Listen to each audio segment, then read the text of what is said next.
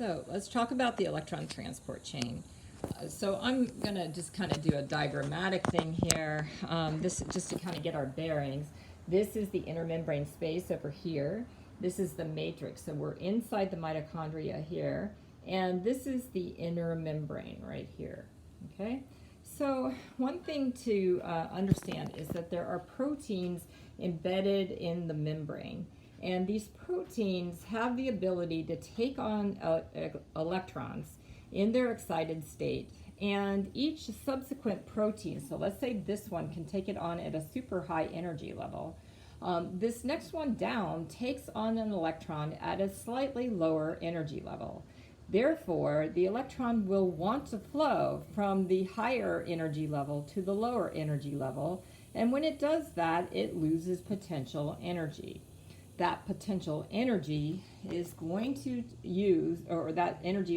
be used to pump hydrogens across the membrane. Really, literally what happens is as NADH donates its electron to the highest energy level of the first protein in the chain, what happens, of course, it breaks into NAD plus and H plus, that is hydrogen ions. What's going to happen is that electron, as it's taken on, it's a negative charge, so it can take on a hydrogen. But as it flows down to the next protein that is a slightly lower energy level, that hydrogen, this protein will actually literally reconfigure, and that dumps the hydrogen into the intermembrane space.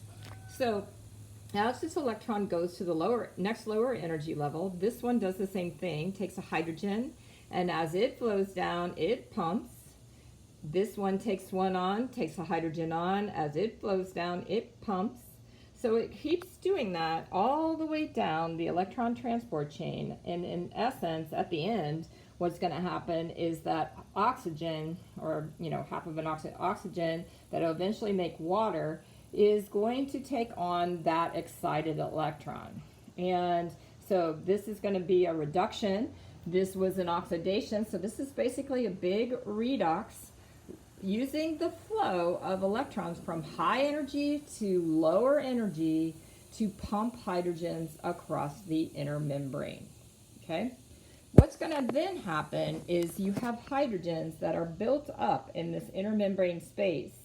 And the membrane is in itself, actually the membrane of the whole mitochondria is not permeable to hydrogen ions.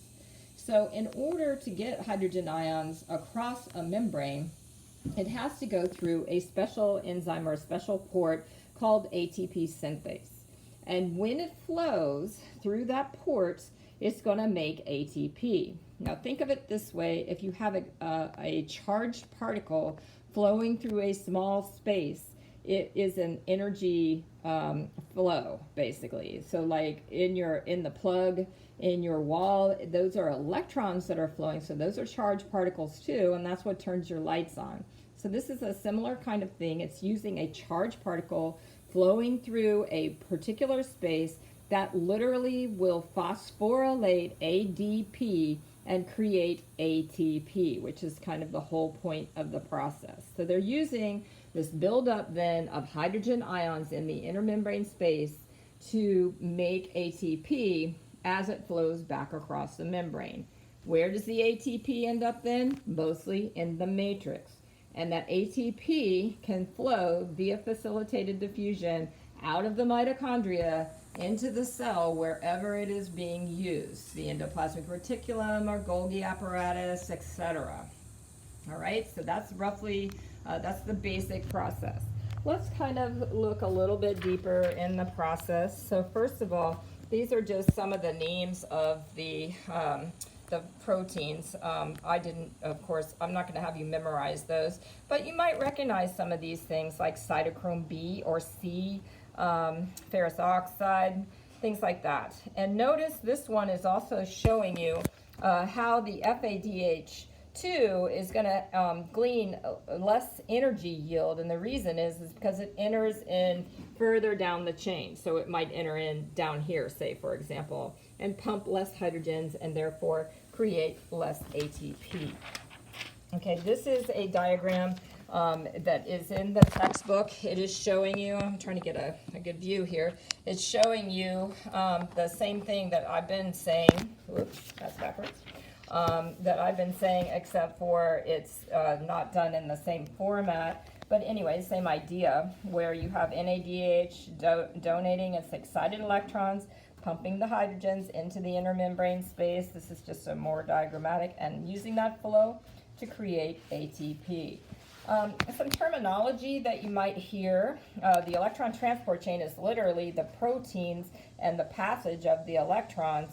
Oxidative phosphorylation is the fact that oxidation or it's a redox reaction that caused this, and that it's phosphorylating things at the end. The whole process sometimes is called oxidative phosphorylation. Okay, this is a closer view of the ATP synthase. Notice how it looks really literally like a little motor. And this is showing you the hydrogen ions building up in the intermembrane space, and they are going to flow through the ATP synthase and create that ATP. And therefore, the overview is like what we were saying. Again, glycolysis happening outside of the mitochondria, creating 2 substrate level ATP and 2 NADHs. The pyruvate oxidation, which is happening in the intermembrane space, creating 2 NADHs. The Krebs cycle, creating the 6 NADHs and 2 FADH2s. All of those things going to the electron transport chain, creating the ATP.